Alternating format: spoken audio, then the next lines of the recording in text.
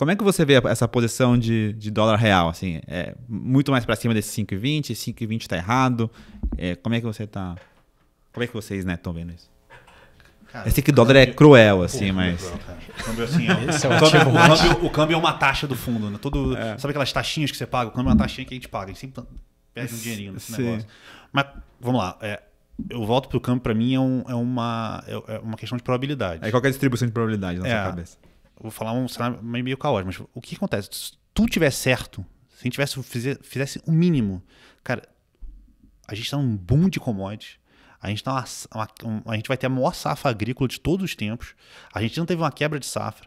O minério, né? Cara, nós aqui erramos isso pra caramba. A gente, graças a Deus não opera a China, mas a gente achava que não, vai ter reabertura de China e o impacto não vai ser no minério, vai ser no petróleo. Vamos botar um dinheiro nisso? Não, a gente não entende esse negócio, não. Cara, o melhor ativo foi o commodity, foi o minério. Né? Então, nas máximas. Então, tudo que a gente exporta tá bem. Né? Tudo que o mundo precisa da gente, que é commodity de juros altos, a gente tem para exportar. Né?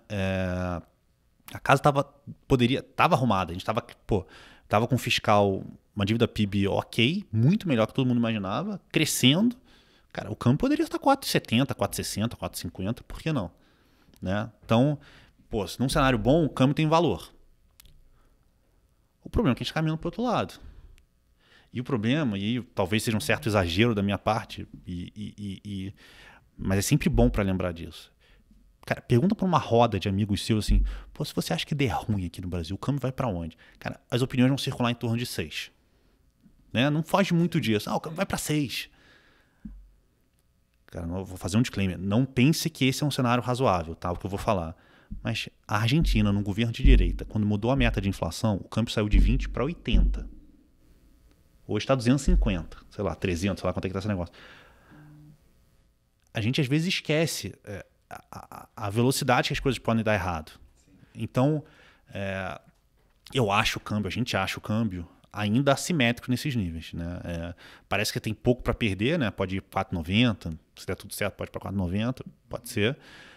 Agora, se der um ruim, um errado, e aí tem um pouco...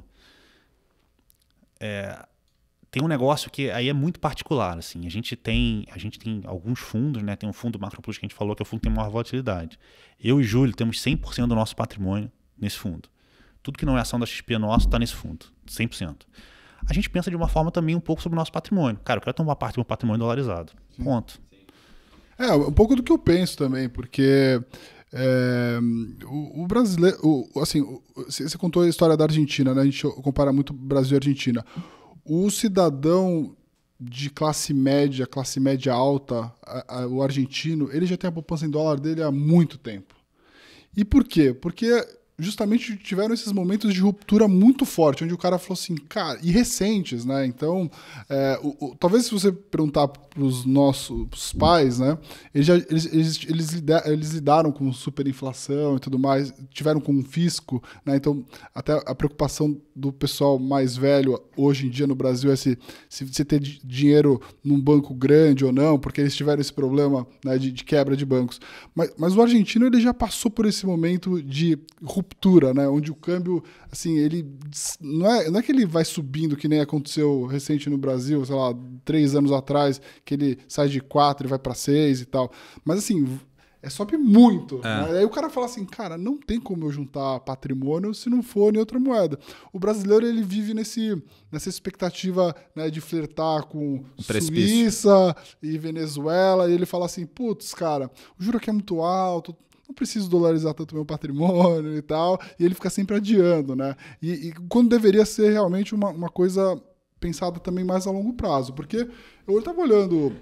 Assim, dos últimos 2 anos, a gente oscilou entre 4,80 e 5,60, mas assim, tá quase exatamente no mesmo ponto de 2 anos. Exatamente. Né? De 3 anos. De 3 anos, eu diria. anos. Acho que daí depois de 20 ali. Se pegar a pandemia, né, março, abril, aí o dólar chegou a níveis de 5,30 ali em abril de 2020. E ficou lá, né? A gente tá chegando aqui em março, abril de 2023. E ele tá oscilando na média. E aí assim, claro, você comparar com... A pessoa fala assim, mas se você botar no CDI, você teria ganho mais. Tudo bem, mas o CDI, né, vai te proteger se der uma cagada gigantesca. Acho que o dólar funciona muito mais nesse sentido...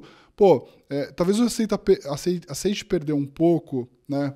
mas para se quando vier um cenário catastrófico, pelo menos eu acerto, né? Então, O câmbio ele é muito mais não linear, né? Você pega ele 2012, 13, o câmbio ficou meio ali, né? De 13 para 14 dobrou quase, né? De 12 para 14 deve ter dobrado, isso, né? Só assim, caraca, é como se dobrou. fosse um seguro que a gente fala, todo seguro, você não torce para ter o sinistro, mas paga ali, né? Paga todo Você tá ano, pagando né? por O seu cento. prêmio. É. Você tem um prêmio em carregar o dólar hoje, que é o carrego, né? O juro é alto, mas em momentos como o atual, em que a gente está discutindo, né, sustentabilidade de dívida, tudo bem, ainda estamos com dívida PIB de 74%, ainda está tranquilo. Mas a discussão está começando a ser essa. Então, uma hora ou outra pode trigar uma não linearidade Sim. e pode valer a pena o custo do seguro que a gente está pagando. Né? Eu acho que é bem por aí. Mas dito isso também não é uma posição gigante, não, Sim. tá?